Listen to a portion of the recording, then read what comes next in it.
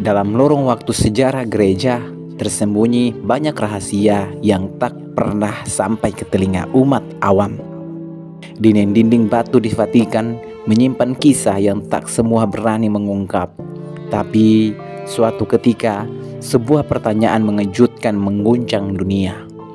Bukan dari musuh gereja, bukan dari kaum agnostik, tapi dari seorang tokoh paling berkuasa dalam sejarah kekristenan. Seorang paus, pemimpin tertinggi gereja Katolik. Ia mengaku, "Kami telah mengubah kitab suci selama berabad-abad." Apakah ini pengakuan tulus atau bagian dari sejarah panjang manipulasi teks-teks suci demi kekuasaan dan doktrin?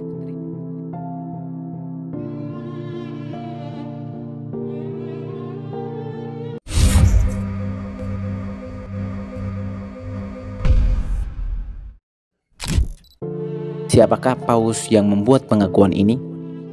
Salah satu nama yang sering dikaitkan dengan pernyataan semacam ini adalah Paus Leo X, pemimpin gereja pada awal abad ke-16, di masa di mana Eropa sedang bergolak oleh pertentangan teologis dan api reformasi mulai menyala. Paus Leo X dikenal sebagai tokoh ambisius, flamboyan, dan pecinta seni. Ia naik tahta Vatikan bukan hanya karena kesolehan, tetapi juga karena kekuatan keluarga Medici yang penuh intrik. Dan dari dialah, menurut berbagai catatan sejarawan kritis, keluar sebuah kalimat yang mencengangkan. Fabel tentang Yesus telah memberi kita keuntungan yang luar biasa. Catatan dari John Bell, sejarawan Inggris abad ke-16, mengutip perkataan Leo X. Kalimat ini bukan sekedar sindiran, tapi membuka tabir bahwa ajaran Kristen seperti yang berkembang telah mengalami politisasi dan manipulasi teks secara sistematis.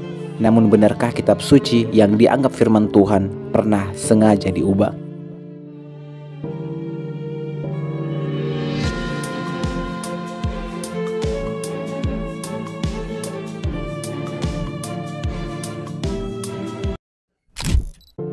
Evolusi Alkitab dari Wahyu ke Revisi.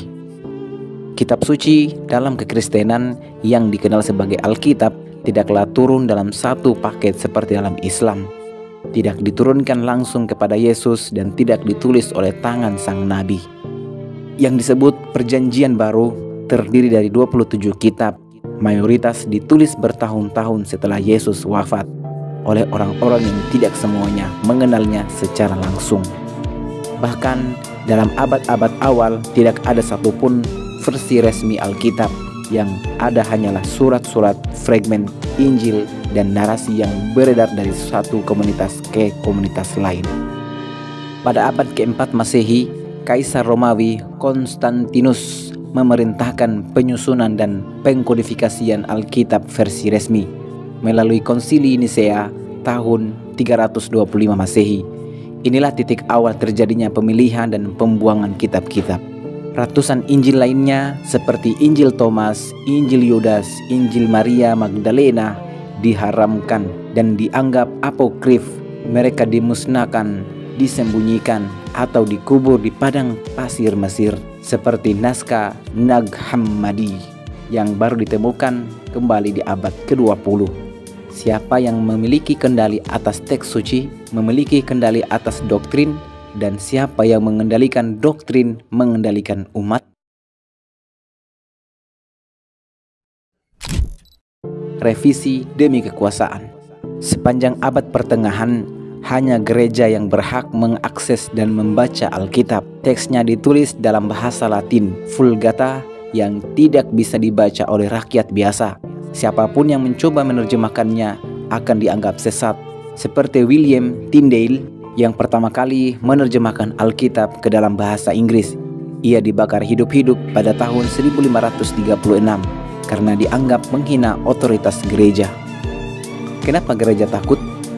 Karena ketika Alkitab dibaca oleh rakyat sendiri, banyak ajaran-ajaran yang selama ini diajarkan ternyata tidak ada dalam teks. Tidak ada konsep Trinitas secara eksplisit. Tidak ada klaim Yesus sebagai Tuhan yang jelas seperti yang diajarkan Paulus. Tidak ada Paus sebagai pemimpin agama global. Semua itu dibentuk belakangan oleh gereja melalui tradisi, konsili, dan tafsir resmi. Apakah ini bukti bahwa kitab suci memang diubah? Atau bahwa sebagian ajarannya sengaja ditutup-tutupi dari mata awam?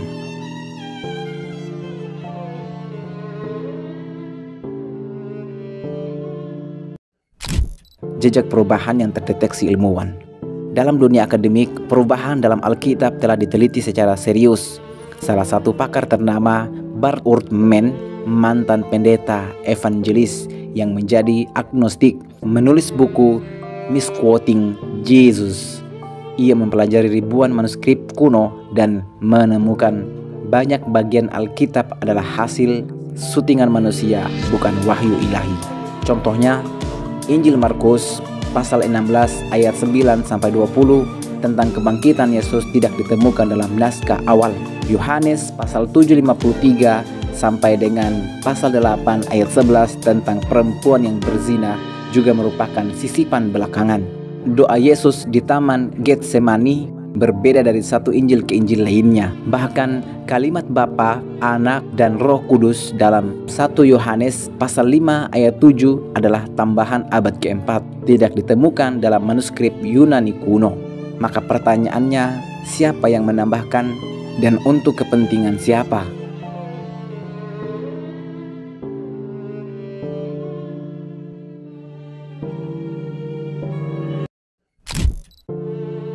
Warisan yang dipelintir, jika benar kitab suci telah diubah, maka umat dunia telah diwarisi warisan yang terpolarisasi. Ajaran seorang nabi yang datang untuk menyelamatkan disulap menjadi doktrin teologis yang membagi umat atas dasar iman, bukan kebenaran.